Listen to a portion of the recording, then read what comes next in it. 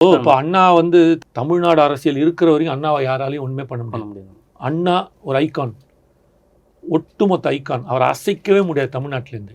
எத்தனை வருஷம் ஆனாலும் அவர் மட்டும் தனிச்சு தெரிவார். அந்த மாதிரி இவரும் ஒரு ஐகானாக வரத்துக்கான வாய்ப்பு. ஏன்னா கடந்த 60-70 ஆண்டுகளாக, ஓகே 60 வருஷம் வச்சுப்போம், 50 வருஷம் வச்சுப்போம், அந்த 50 வருஷமாக தமிழக மக்கள்கிட்ட நம்பகத்தன்மை குறைஞ்சிக்கிட்டே வந்துச்சு. அண்ணா காலத்தில் பார்த்த அரசியல் ஒரு விஷயம் இருக்குல்ல, காமராஜர் காலத்தில் பார்த்த அரசியலுக்கு வந்து கொஞ்சம் கொஞ்சமாக குறைஞ்சிக்கிட்டு, மாற்றுன்றதுக்கு அடாப்ட் ஆனது அண்ணா தான். அதுதான் அது வந்துச்சு இல்லையா, அது மாறிக்கிட்டே வருது. இன்று வந்து எப்படிப்பட்ட ஒரு இளைஞர்களை வந்து அரசியல் வயப்படுத்துறீங்க அப்படின்னா, ஒரு இளைஞர் கூட்டணி வந்து ஒரு மீட்டிங் போட்டு பீர் வைக்கிறீங்க, குடிக்க தீர் வைங்கடா அப்படின்னா குடிக்க பீர் வைக்கிறீங்க. மோர் வச்சா கூட பரவாயில்ல, இந்த வெயிலுக்கு பீரை வைக்கிறீங்க. ஸோ இப்படிப்பட்ட ஒரு இளைஞர் சமுதாயத்தை உருவாக்கி கொண்டிருக்கும் தவறான அரசியல்வாதிகளை நடந்து கொண்டிருக்கும் போது இதை மாற்றக்கூடிய ஒரு தலைவன் தேவைப்படுது.